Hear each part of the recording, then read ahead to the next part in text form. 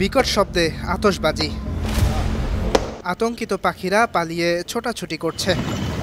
বাতাসে ভাসছে ডিজে গান কিংবা বিদেশি সংস্কৃতির শব্দ।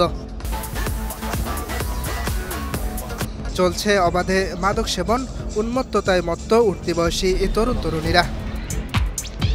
পুরনো ঢাকার ঐতিহ্যবাহী সাকরাইন উৎসবকে এমনইভাবে গ্রাস করছে বিদেশি অপসংস্কৃতির আগ্রাসন। পৌষ মাসের শেষ দিন ছিল মঙ্গলবার। ঐতিহ্যগতভাবে এই দিনে পুরনো ঢাকার বাসিন্দারা উদযাপন করে পৌষ সংক্রান্তি কিংবা সাকরাইন উৎসব। একসময় এই উৎসবের প্রধান ঐতিহ্য ছিল ঘুড়ি উড়ানো আর ঘুড়ির সুতা কাটাকাটির প্রতিযোগিতা। এই আয়োজনে ঘুড়ি উড়াতে দাওয়াত দিয়ে আনা হতো বাড়ির জামাইদের।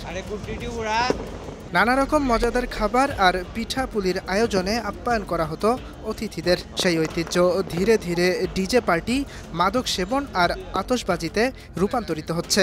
ঘুড়ি উৎসব ছিল একটা, কিন্তু এটা তো এখন আর ওই পর্যায়ে নাই। এটা একটা বিশৃঙ্খলার পরিস্থিতি হয়ে গেছে, একটা অশ্লীলতা, একটা মানে এটা যাচ্ছে তাই অবস্থা আর কি। এটা কোনো ভালো অবস্থায় নাই। ভোর হলে আকাশে দেখা যেত হাজার হাজার লক্ষ লক্ষ ঘুড়ি, কিন্তু এখন ঘুড়ির কোনো দেখা নেই। কিন্তু সন্ধ্যার পরে এই একটা প্রোগ্রাম পায়। এখন সবাই ওয়েট করে কখন সন্ধ্যা হবে। এখন আর সেই ওই ঘুড়ি উড়ানোর উদ্দেশ্য না, উদ্দেশ্য হয়ে গেছে এখন এই ডিজে পার্টি করা, নাচানাচি, উশৃঙ্খলতা করা, এগুলি নিয়ে সবাই ব্যস্ত।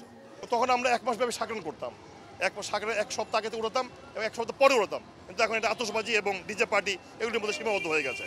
আমরা চাই আমাদের পুরনো ঐতিহ্য ফিরে আসুক, আগের ঐতিহ্য ফিরে আসুক এবং এইভাবে সাকরাইনটা হোক। প্রশাসনিকভাবে এবছর সাকরাইনে আতশবাজি আর ডিজে আয়োজন নিষিদ্ধ ছিল। তবুও প্রশাসনের নিষেধাজ্ঞা তোয়াক্কা না করেই উৎসবের নামে উন্মাদনায় মেতে ওঠে বিপদগামী উঠতি বয়সীরা। ঘুড়ির থেকে আতশবাজির সংখ্যা বেশি, পিঠাপুলির আসর না বসিয়ে সবাই ব্যস্ত ডিজে পার্টিতে।